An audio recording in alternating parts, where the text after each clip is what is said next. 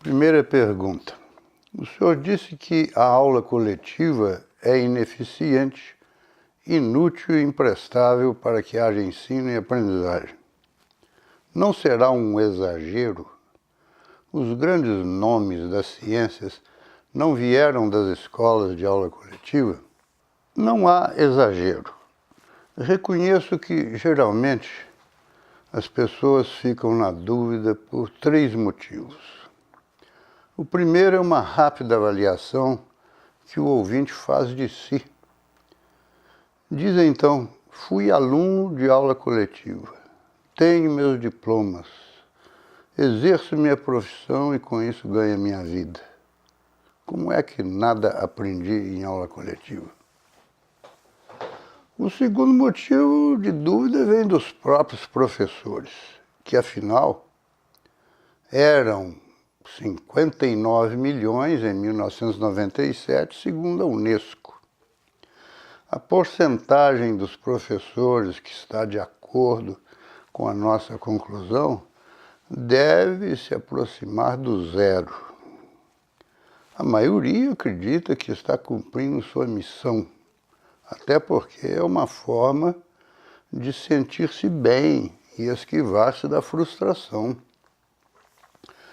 O terceiro motivo é o que está ligado à pergunta, é a existência dos expressivos nomes das ciências que fizeram e fazem as chamadas grandes descobertas, e suas formulações garantem o estágio em que se encontra a nossa civilização. Eu responderei esta pergunta primeiramente com os dados que os próprios mantenedores do sistema se utilizam para aferir o ensino. E ainda digo que, de passagem, que é uma técnica também equivocada. Os dados disponíveis são os resultados dos testes aos quais os estudantes são submetidos. Sejam os testes do Enem, o Exame Nacional do Ensino Médio, do ENAD, o Exame Nacional de Desempenho dos Estudantes, do PISA, que é um teste internacional, do Scholastic Assessment Test ou do American College Program Test. Se existisse um teste em que todos os alunos acertassem todos os itens, graficamente seria assim. Situação A. Todos os alunos acertaram todos os itens. É a linha vermelha sobre 100. Nesta situação A, 1 milhão de estudantes foram submetidos a um teste de 100 itens. Todos acertaram todos os itens. Não se conclui que o ensino seja 100% eficiente.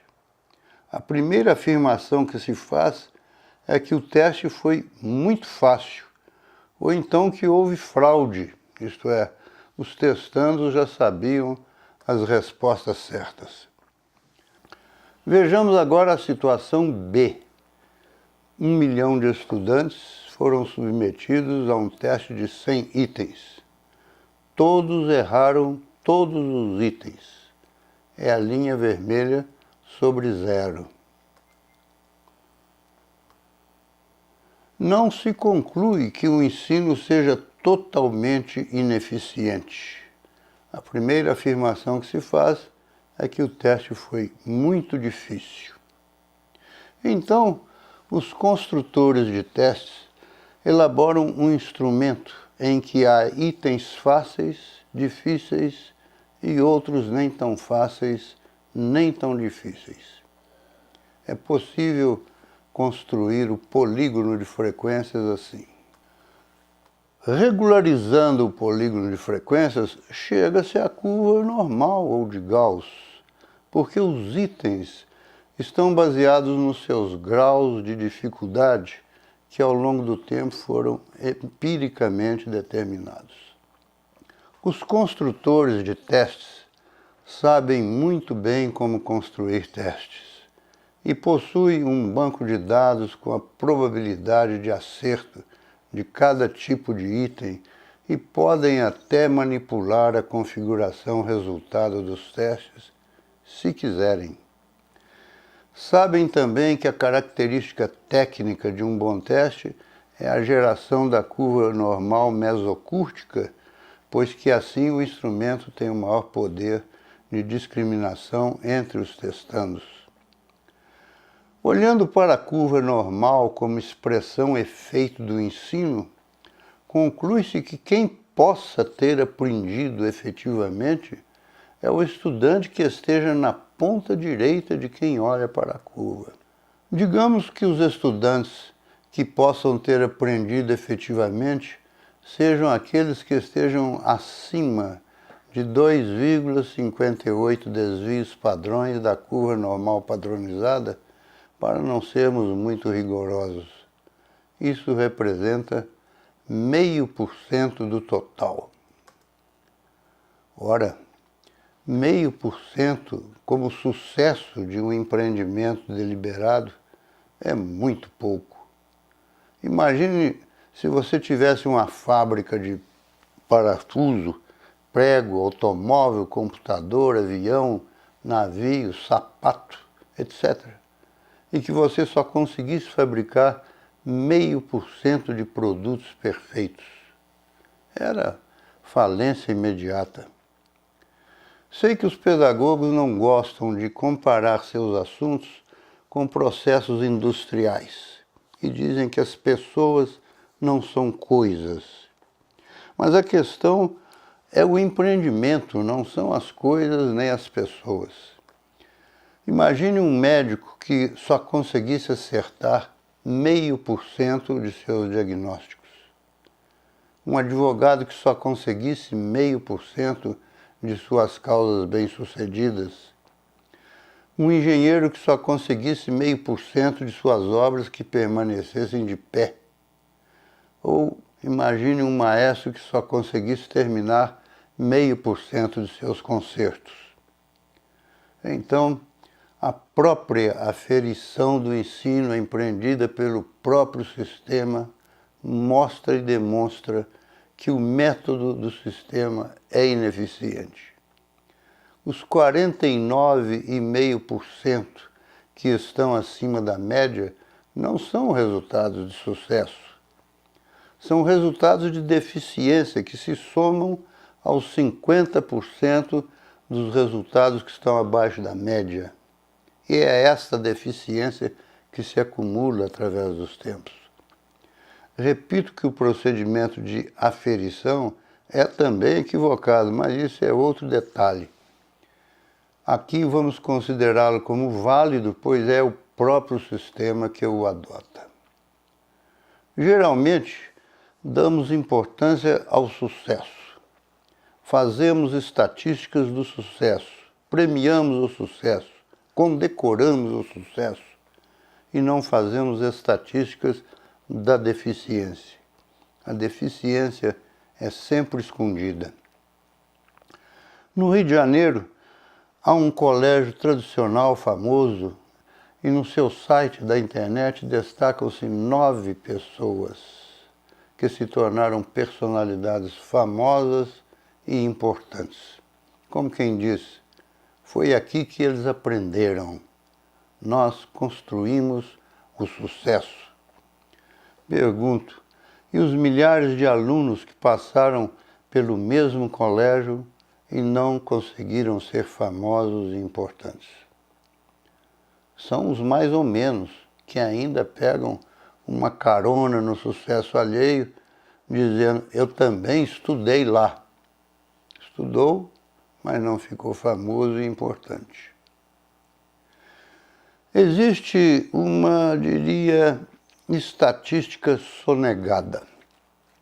Quando se dá atenção a uma pessoa de mérito, como, por exemplo, ganhadores do Prêmio Nobel, basta multiplicar o mérito pelo número de colegas que estavam nas salas de aula coletivas e que não ganharam prêmio algum. Pegue uma boa enciclopédia e conte o número de personalidades que lá foram catalogadas por ter algum mérito e multiplique por 40, 50 colegas de turma de sala coletiva que lá não estão. O avesso do mérito é muito maior. Já fizemos uma estatística precária do insucesso olhando o avesso do sucesso, multiplicando vários registros de sucesso pelo número de colegas que não alcançaram a notoriedade.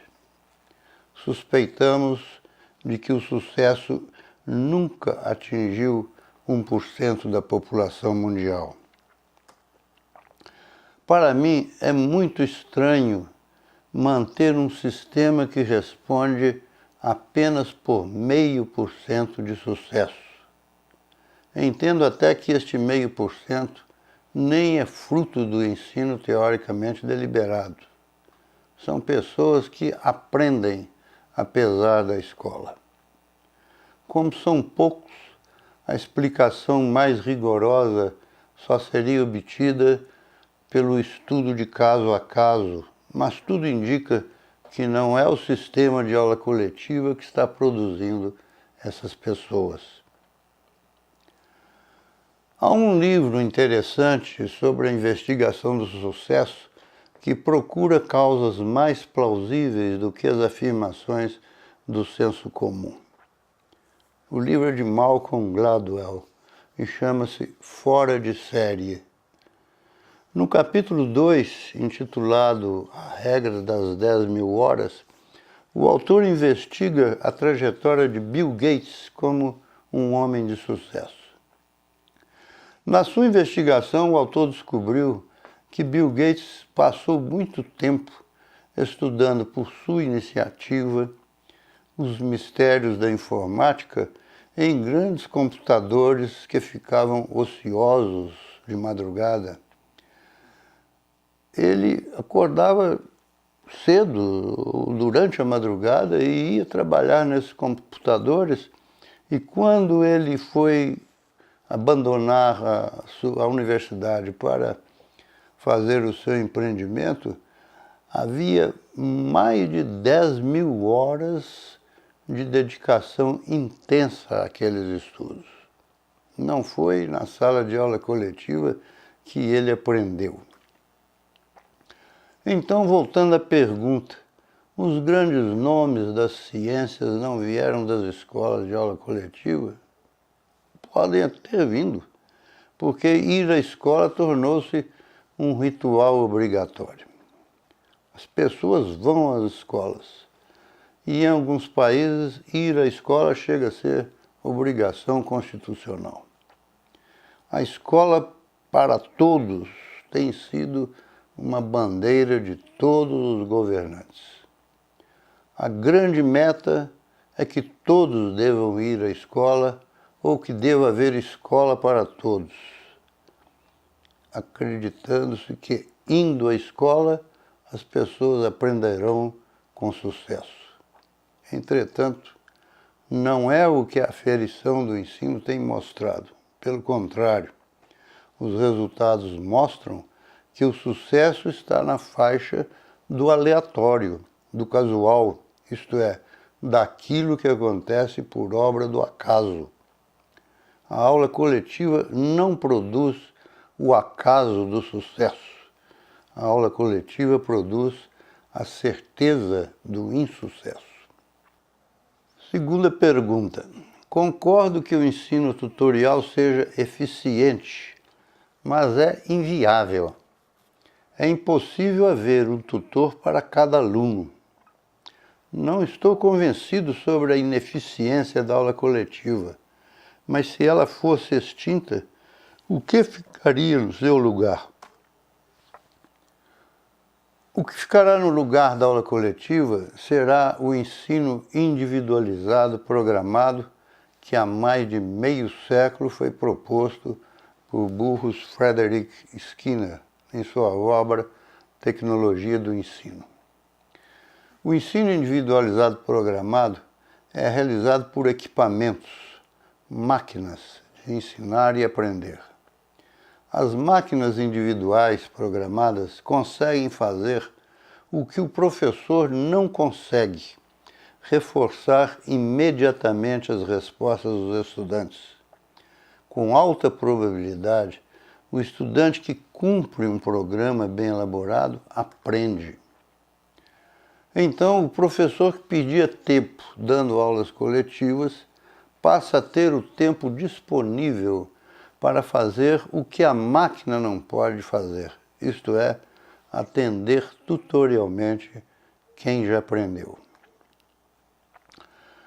Num ano letivo tradicional de 210 dias letivos, cada aluno de um conjunto de 24 alunos poderia ser atendido 50 minutos de 2 em 2 dias, o que totalizaria, ao longo do ano, cerca de 58 horas. São muitas horas. É uma cifra inimaginável no atual sistema. O máximo que um aluno consegue conversar com seu professor sobre assuntos de estudo não passa de alguns poucos minutos, em condições inapropriadas, corredores, pátios ou intervalos de aula. Imagine quanto seria proveitoso um professor conversar com seu aluno sobre assuntos que já foram aprendidos através dos programas individualizados. Poderia discutir as filigranas, aperfeiçoar o próprio programa, enfim, através de uma entrevista bem planejada, o professor poderia ser o mestre que orienta o estudante na melhor tradição do ensino tutorial, sobretudo mudando a atmosfera de punição vigente para uma atmosfera de reforço positivo. Um professor bem treinado em atender tutorialmente os estudantes estaria em condições de sutilmente discriminar se o aluno aprendeu ou não aprendeu com eficiência, e então o instruiria para prosseguir nos programas ou para repetir a etapa que possa ter sido negligenciada. Seria a grande oportunidade de transformar o ensino e o estudar e o aprender em tarefa agradável. Eliminaria muitos inconvenientes que são gerados pelo sistema atual, como, por exemplo, a competição entre as pessoas e suas desagradáveis consequências. O estudante não precisa ter competidores, pois a meta é alcançar o comportamento terminal, que é igual para todos. A tarefa de cada aluno é chegar a um patamar de proficiência estabelecido pelo critério do comportamento terminal. Não precisaria haver teste de fragmentos, nem notas, nem conceitos. No empreendimento de ensino deliberado formal, o aluno tem que chegar ao comportamento terminal. E a evidência é direta, tanto para o aluno, como para o professor, como para um terceiro. Não se chega ao comportamento terminal mais ou menos. Ou se chega ou não se chega. E o pressuposto é de que todos chegarão. Sei que dizendo isso, virá a pergunta seguinte: e aquele que não alcançar o comportamento terminal? Sempre há uma exceção. Digo que pelo menos haverá a inversão do sistema. Isto é, o insucesso será a exceção. No atual modelo é o contrário. O sucesso é que é a exceção. Terceira pergunta: o ensino programado não cria um padrão de aprendizagem que limita as manifestações do potencial de cada um? O comportamento terminal, expresso como objetivo de ensino, tem um elemento chamado critério. O critério é o mínimo necessário para que um comportamento seja alcançado com uma proficiência útil. O estudante de medicina habilita-se a exercer a profissão de médico com uma competência mínima. Da mesma forma, um engenheiro, um advogado, um contabilista, um museólogo, um bioquímico, um motorista de ônibus, um maquinista de trem, um torneiro mecânico, um comandante de avião ou um professor. Ir além do comportamento terminal estabelecido é desejável que aconteça. E o ensino bem planejado deve arranjar contingências para que isso aconteça. O que não pode acontecer é um estudante ser diplomado ou certificado sem alcançar o comportamento terminal estabelecido. É oportuno responder devolvendo a pergunta em forma de resposta. O atual sistema de aulas coletivas limita ou não limita o que está sendo chamado de potencial de cada um? Creio que nem se saiba o que seja potencial de cada um, e muito menos se ele está limitado ou não. No ensino programado individualizado, com atendimento tutorial, pelo menos se tem clareza da proficiência mínima. Então é possível divisar o que está além da proficiência mínima e cuidar para que este além aconteça. Quando não se estabelece a proficiência mínima, não se sabe se o estudante a alcançou, se ficou além ou se ficou aquém. A expressão potencial de cada um é muito vaga para sabermos de que se trata. Mas, no ensino programado individualizado, respeita-se pelo menos o ritmo de cada um. O ritmo próprio, há um componente genético e um componente de história de condicionamentos. Há pessoas que aprendem mais depressa do que outras e executam comportamentos aprendidos mais depressa do que outras. No componente genético não podemos interferir ainda, mas na história de condicionamento podemos fazer alguma coisa. Onde o tempo que se gasta para aprender não tem consequências adversas para quem aprende nem para terceiros, o tempo se torna uma variável irrelevante. Importante é aprender. Onde o tempo for variável relevante de critério para a execução de comportamento aprendido, o importante é apenas comportar-se com eficiência. Onde o tempo for variável relevante para a execução do comportamento, o critério imporá a condição mínima aceitável, porque é necessária. Quarta pergunta. Qual será o futuro do professor se a aula coletiva for extinta? Será um futuro promissor para ele e para a sociedade. Certamente será uma profissão muito valorizada.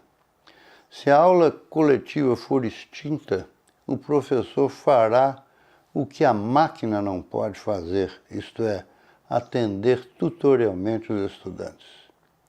E, é claro, terá que ser inteiramente treinado para isso. No presente momento, nós, professores de aula coletiva, não sabemos como se comportar como tutores. A curtíssimo prazo é muito difícil substituir a empáfia do saber doutoral pela humildade da sabedoria. Somos especialistas em punição e ao longo de muitos séculos o ensinar e o aprender formais tornaram-se tarefas adversas. Basta ver como os feriados são adoráveis. Transformar o ato de aprender em tarefa agradável será uma das incumbências do professor do futuro. Quinta pergunta. E a educação como aprendizagem de comportamentos sociais e afetivos, como fica? verificamos que no discurso generalizado do pedagogo, da imprensa popular e especializada, dos textos legais, da Constituição às portarias, dos estatutos e regimentos escolares e do senso comum, há uma confusão muito grande entre ensinar e educar, ou, na forma substantiva, entre ensino e educação. O desfazimento dessa confusão demanda talvez muito tempo para uma discussão. Aqui, neste espaço, com as limitações de tempo, só posso falar de algumas premissas. Entendo que o empreendimento de ensino diz respeito à enciclopédia, definida como o corpus de conhecimento que a humanidade acumulou para se lidar com eficiência com as coisas do mundo. O que ainda não está universalmente disponível são alguns segredos tecnológicos que rendem dividendos exclusivos para quem os patrocinou. Em outras palavras, digo que a enciclopédia é o conjunto dos repertórios de comportamentos eficazes de se lidar com as coisas do mundo natural. Um estudante de medicina pediátrica aprende o repertório de comportamentos próprios de um médico pediatra. Deveria aprender o que ele fará quando estiver exercendo a sua profissão. É assim com qualquer ofício deste mundo. Numa escola de agronomia ou de bioquímica é a mesma coisa. Hoje em dia, os repertórios profissionais estão tutelados pela ciência. Então digo que os repertórios de comportamentos que formalmente deveriam ser construídos pelas instituições de ensino são aqueles que, na atual conjuntura, são acompanhados da maior probabilidade de sucesso. Portanto, são comportamentos que podem ser replicados com garantia de sucesso e, por isso, podem e devem ser ensinados.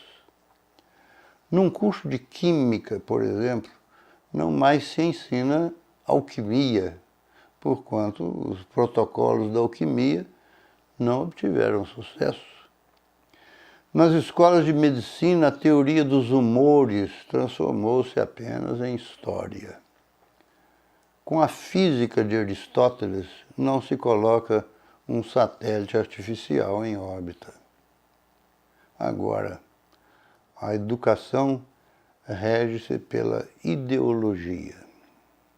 Embora se possa falar em comportamento educado, e embora se saiba que o repertório de comportamentos educados pode ser construído pelo educador e formado por um educando, asseguro que o arranjo das contingências são diferentes do arranjo das contingências do ensino. Não há possibilidade de ser educado através de máquinas e equipamentos. Há máquinas de ensinar e aprender, e elas já demonstraram que são eficientes. Mas não há máquinas de educar. O atual sistema faz uma confusão entre os termos educação e ensino. E pior do que a confusão é a delegação de responsabilidades que se atribui ao professor. Disse que o professor tem que ensinar e educar. E a única condição que se lhe dá é uma sala de aula coletiva. Ora, ensinar em aula coletiva já vimos que é tarefa impossível. Educar, então, está fora de questão. Educar é assunto para educadores. E até o presente momento, somente em algumas pouquíssimas instituições excepcionais ousou-se organizar contingências adequadas para construir repertórios de comportamentos educados, de acordo com alguma concepção ideológica. Dou como exemplo a Escola da Ponte, em Portugal, e talvez não haja mais do que uma dúzia de escolas semelhantes espalhadas pelo mundo afora. Mas lá também se faz confusão entre ensino e educação, apesar de que há nítidos arranjos de contingências que permitem a ocorrência da construção e da formação de repertório de pessoas educadas. Makarenko, um educador ucraniano que no tempo da União Soviética foi encarregado de construir, organizar uma colônia para crianças abandonadas, crianças e jovens abandonados, executou com clareza o que era um empreendimento de educação bem diferente de um empreendimento de ensino. Na sua visão ideológica, Makarenko arranjou contingências para que seus estudantes se tornassem cidadãos do Estado soviético, que havia pouco havia surgido. Isso foi em 1920. Ele não se preocupou com o ensino da enciclopédia. Certamente outros, em outras escolas, se preocuparam, tanto que a URSS colocou um satélite artificial em órbita pela primeira vez, o que provocou incômodo e desassossego no sistema de ensino norte-americano. Não há uma enciclopédia universal de repertório de comportamentos educados, como há uma enciclopédia da ciência de se lidar eficazmente com as coisas do mundo natural. Pode ser que exista uma quantidade de comportamentos educados, universalmente acolhidos, mas há temas de difícil consenso e há peculiaridades culturais até antagônicas umas com as outras. Vejo que o desfazimento da confusão entre os termos educação e ensino seja um bom começo para dar direção aos empreendimentos. O que não adianta é o pedagogo educador ficar olhando com maus olhos o empreendimento de ensino, dizendo que há falta de ideologia, e os críticos ficarem condenando os educadores pelo excesso de ideologia por falta de ensino. Educação não é mais nem menos do que ensino. São resultados de empreendimentos diferentes, cada um com as suas adequadas contingências. Concordo em dizer que a educação, porque ideologia, antecede o empreendimento de ensino, porque é politicamente que se estabelece o que ensinar e quando ensinar. Mas, na hora de ensinar, o que se deve levar em conta são as contingências adequadas para cada um dos empreendimentos. Admito até a hipótese de uma ideologia cruel, na qual os donos do poder não queiram que o ensino seja eficiente e ficam patrocinando outros discursos que não levam a lugar algum.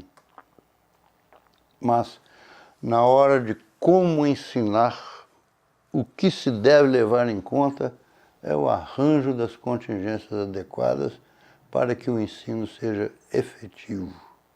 Se a educação e ensino formal tiverem que acontecer nas escolas, a primeira providência é arranjar as contingências adequadas para cada empreendimento. O de que temos certeza é que na sala de aula coletiva não acontece nem uma coisa nem outra. Sexta pergunta. O senhor já tentou colocar o seu modelo em prática? Deu certo? Entendo que para dar certo o modelo deva ser experimentado na sua totalidade, isto é, com todos os seus ingredientes fundamentais. Se for apenas uma parte, um pedaço, uma etapa, não dará certo. Veja que quando apareceu a instrução programada, que é um tipo de programa lá pelos anos 1960, houve um certo reboliço nos meios didáticos. Todo mundo, bem entendido que seja todo mundo, começou a fazer instrução programada. Conheci um professor que pegava um livro comum, retirava uma ou duas palavras de cada frase e assim achava que estava elaborando uma instrução programada. Levava o texto mutilado para a sala de aula, distribuía aos seus alunos para completar as lacunas. Era, sem dúvida, um bom passatempo para ele, professor. Nós sabemos que a instrução programada não é isso, mas o professor que só ouviu falar, que pegou o bonde andando, achou que era. O resultado é que esse tipo de procedimento não daria certo como não deu.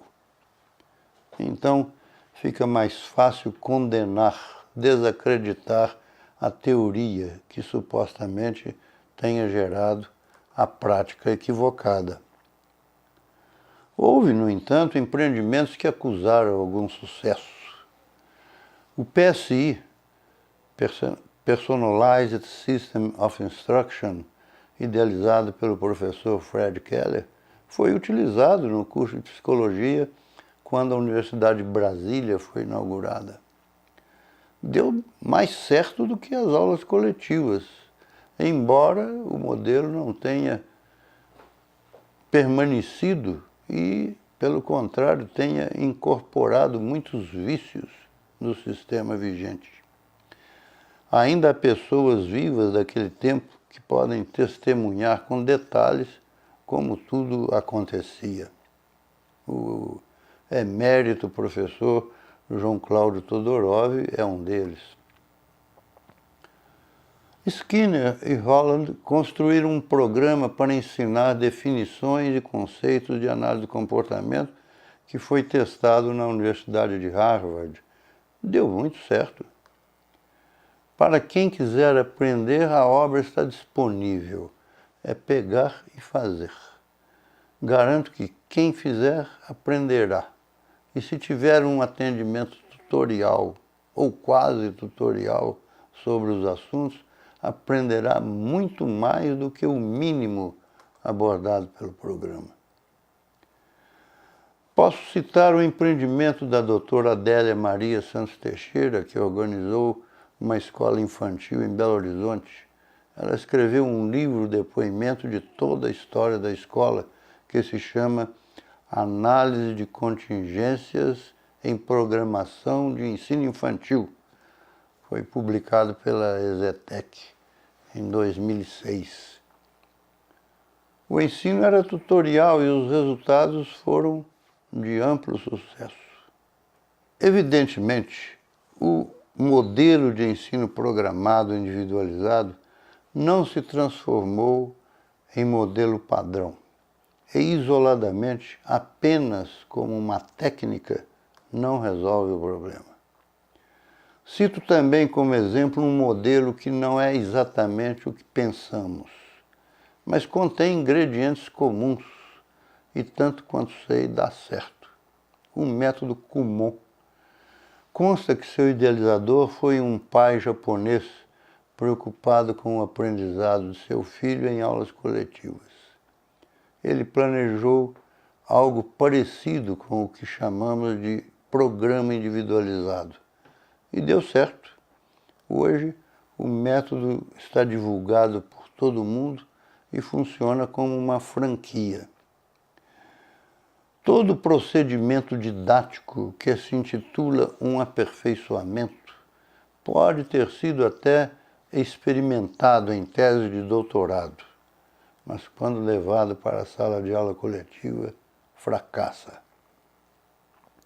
Também não dá certo a exposição ser arrumada em equipamentos que permitam assistência individualizada. É claro que é melhor do que a aula coletiva presencial, pois que pode ser repetida quantas vezes se queira, mas não resolve o problema de aprender. A exposição na qual o aluno for passivo não funciona. Para mudar, tudo tem que ser mudado. Não adianta mudar somente um elemento do conjunto. Por exemplo, tenho a experiência de ter elaborado um modelo de formulação de análise e avaliação de objetivos de ensino. Diga-se de passagem que para se especificar em comportamentos terminais é necessário ter um modelo. Depois encontrei um professor que se interessou pelo meu trabalho e tornou-se coautor das modificações que introduzimos, e o modelo hoje é nosso. Apresentamos o modelo em 1990 em Chicago, no congresso da ASAI. Depois fizemos outras modificações e a última versão foi apresentada na Universidade Mendeleev, em Moscou, e na Universidade de São Petersburgo, em julho de 2013. Temos plena consciência de que o modelo só tem serventia em cursos tutoriais ou para cursos programados individualizados com atendimento tutorial, que ainda não existem. Nos cursos de doutorado seria um instrumento muito útil. Tem serventia porque, explicitando com clareza aonde o estudante tem que chegar e as contingências adequadas para lá se chegar, é possível organizar e planejar com maior exatidão o que fazer. Ganha-se tempo e, consequentemente, ganha-se recursos. Fica faltando a programação, pois se houvesse material programado para que o estudante estudasse sozinho, o tutor não precisaria perder tempo ensinando. Sobraria mais tempo para conversar com quem já aprendeu e certamente esta conversa seria muito mais proveitosa e produtiva. Nos cursos de doutorado, a conversa entre tutor e tutorado deveria girar em torno das fronteiras da enciclopédia. Pois bem, o nosso modelo serviria para o sistema atual de aulas coletivas? Não, não serviria.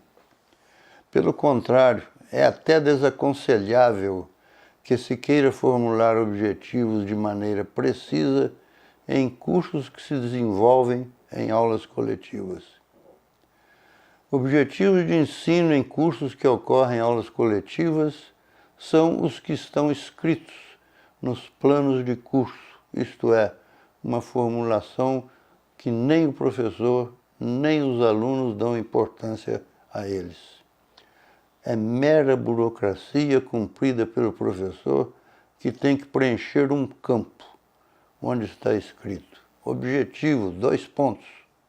O que se segue aos 2 pontos será o objetivo.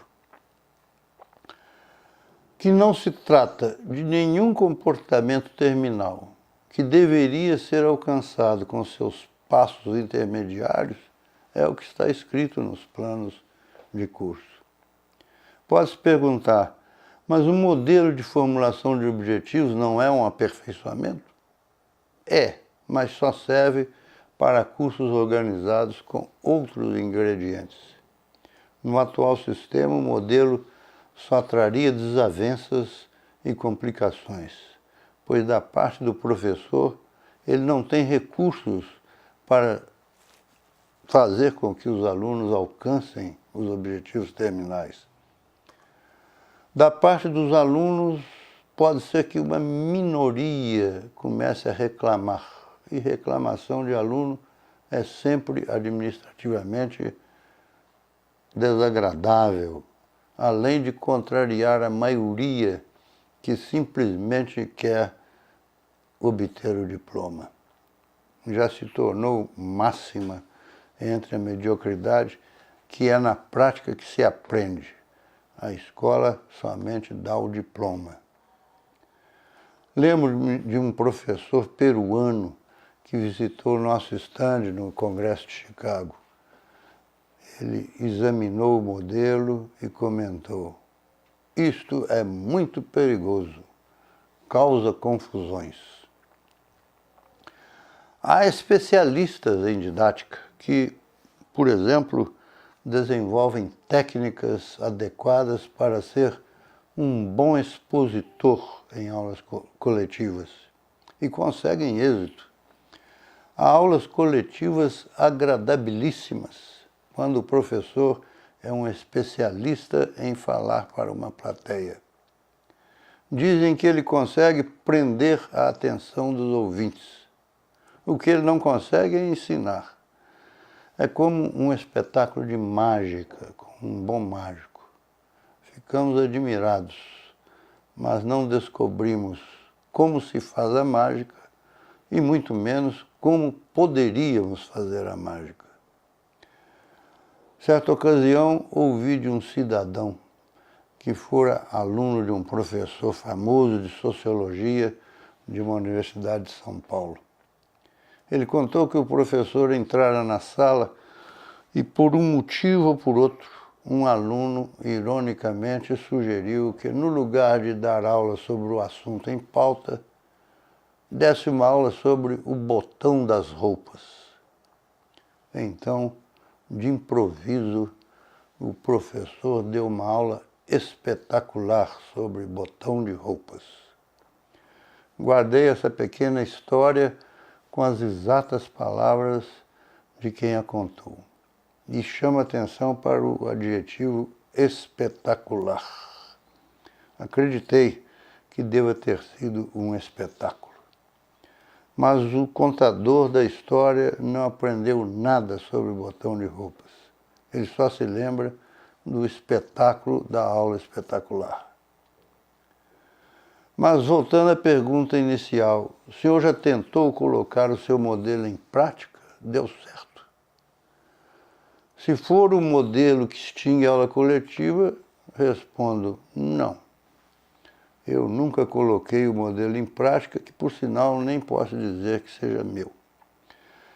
Quem sou eu para colocar um modelo em prática? Quem coloca modelos em prática são os homens muito ricos ou as autoridades. Como não sou nem uma coisa nem outra, não tenho essa pretensão. Fui professor de aula coletiva e tentei fazer uma ou outra coisa, mas minhas tentativas fracassaram, todas. Talvez por isso esteja propondo uma mudança por onde avalio que precisa ser iniciada a mudança. Se ela acontecerá, não tenho a mínima ideia. Mas é bom lembrar, talvez como consolo, de que o holandês que inventou o microscópio e enxergou uns micróbios nunca vistos, também não poderia imaginar como e quando a biologia iria tratar daqueles minúsculos bichinhos. Nem lhe cobraram se ele tinha feito isto ou aquilo e se tinha dado certo. Apenas ao longo do tempo aperfeiçoaram o instrumento. Por outro lado, o que está mais do que experimentado e testado é o modelo da sala de aula coletiva. Os resultados estão aferidos e disponíveis, e as queixas são antigas. Há muito tempo que se diz: algo não vai bem. Sétima pergunta. Uma mudança radical e completa tem um custo muito alto. Há recursos para isso? Não é imaginável que uma mudança radical e completa do método ocorra em uma semana a custo zero. Mas quem fez a pergunta é quem está afirmando que o custo é muito alto. Vamos fazer algumas considerações. Quanto custa manter um sistema ineficiente? Na internet há um site que relata que em 2012 o MEC gastou 1,1 bilhão com a compra de livros didáticos. Ouvi do secretário da Educação Fundamental, num programa de entrevistas, que o MEC gastaria 400 e tantos milhões com livros didáticos no setor da educação fundamental. Livro didático é importante, é necessário, é indispensável. Livro de literatura é importante, é indispensável, é necessário. Mas é apenas uma condição ampla para que haja ensino e aprendizagem. Não é uma condição determinante. O governo, quando compra livro didático para distribuir entre as escolas, está fazendo o que tem que fazer. O Ministério da Educação não ensina nem educa, apenas provê as condições amplas para que as escolas funcionem.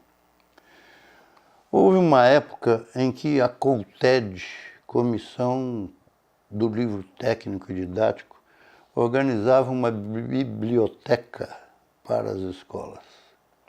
Mandava os livros em caixotes que se transformavam em estantes. Pois bem, certa ocasião visitei uma escola singular da roça, num lugar perto do fim do mundo.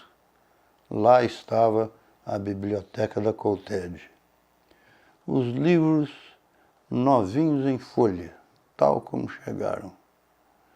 Havia livros de Manuel Bandeira, Josué Montelo, Dantas Mota e outros autores expressivos da literatura. Alguns eram livros que precisavam da antiga espátula para ser abertos, mas estavam intocáveis. Quer dizer, os livros tiveram um custo que certamente ajudaram muito os editores e pouco os autores, mas não proporcionaram ajuda aos alunos daquela escola singular para dizer que aprenderam alguma coisa. Os livros nem manuseados foram, quanto mais lidos. Se formos procurar exemplos de recursos perdidos porque mal utilizados, certamente encontraremos muitos. Então, creio que não haja falta de recursos que impeça mudanças radicais e completas. Além do mais, o ensino programado, individualizado, com atendimento tutorial, pode ter um custo elevado no início, na sua implantação. Mas, uma vez implantado, não há muita coisa com que gastar. Pelo contrário, torna-se muito menos dispendioso porque diminui o tempo necessário para ocorrer a aprendizagem. Já fizemos uma comparação relativa à aprendizagem das 4 operações fundamentais e de suas elementares aplicações. Um programa individualizado que exige 50.000 respostas poderia ser executado na base de que o aluno desse 180 respostas por dia, gastando 1 hora de estudo por dia. O programa seria completado em aproximadamente 2 anos, com a possibilidade de que o professor ainda pudesse dar atendimento pessoal de 12 minutos a cada aluno de uma turma de 30. Esse mesmo programa, em termos substantivos, é o que se gasta nas 4 primeiras séries do ensino fundamental, no qual nem se sabe quantas respostas cada aluno dá. Generosamente, para efeito de cálculo teórico, em aula coletiva de 30 alunos, se fosse possível dar 20 respostas por aula e serem reforçadas pelo professor, para cumprir o programa de 50.000 respostas, seriam necessários 12 anos e meio. Tenho dúvidas se um aluno de sala coletiva dá 20 respostas por hora, e se der, que sejam reforçadas. Que é então mais barato e mais eficiente. Certamente, numa mudança do método, se gastará mais com o contingente e com o treinamento de professores, mas com a economia de recursos que não precisam ser desperdiçados, poder-se-á remunerar o professor em patamares expressivos, até porque estarão sendo eficientes no seu ofício através de evidência direta. Nessa discussão em relação a custos, entramos numa seara muito complicada, porque é uma área atrelada a interesses do entorno do ensino, enquanto a questão que propusemos é meramente técnica. Poderíamos abrir uma discussão sobre esses temas, mas creio que não será aqui e agora a oportunidade mais adequada. As variáveis da economia e do orçamento não resolvem a questão do ensino. Acabo de ler um artigo de jornal em que o autor fazia comparações do Brasil com a Alemanha e escreveu: destinar 10% do PIB à educação faria o investimento médio por estudante saltar de aproximadamente $2.000 por ano para $3.000, o que ainda fica muito aquém dos $10.000 investidos pela Alemanha. O que o autor do artigo não considerou é que na Alemanha as aulas coletivas são também ineficientes, como em qualquer outra parte do mundo. A porcentagem do PIB pode elevar-se às alturas, mas se o sistema mantiver o mesmo método, nada mudará naquilo que é pertinente à questão do ensino-aprendizagem. Considerando o foco da questão na efetividade do ensino, a Alemanha está desperdiçando muito mais do que o Brasil. Oitava pergunta: por que o senhor não escreve um livro sobre tudo isso? Já está escrito e somos dois autores, eu e Dr. Odílio Alves Filho. Será lançado ano que vem na Noruega. Chama-se Engenharia do Ensino.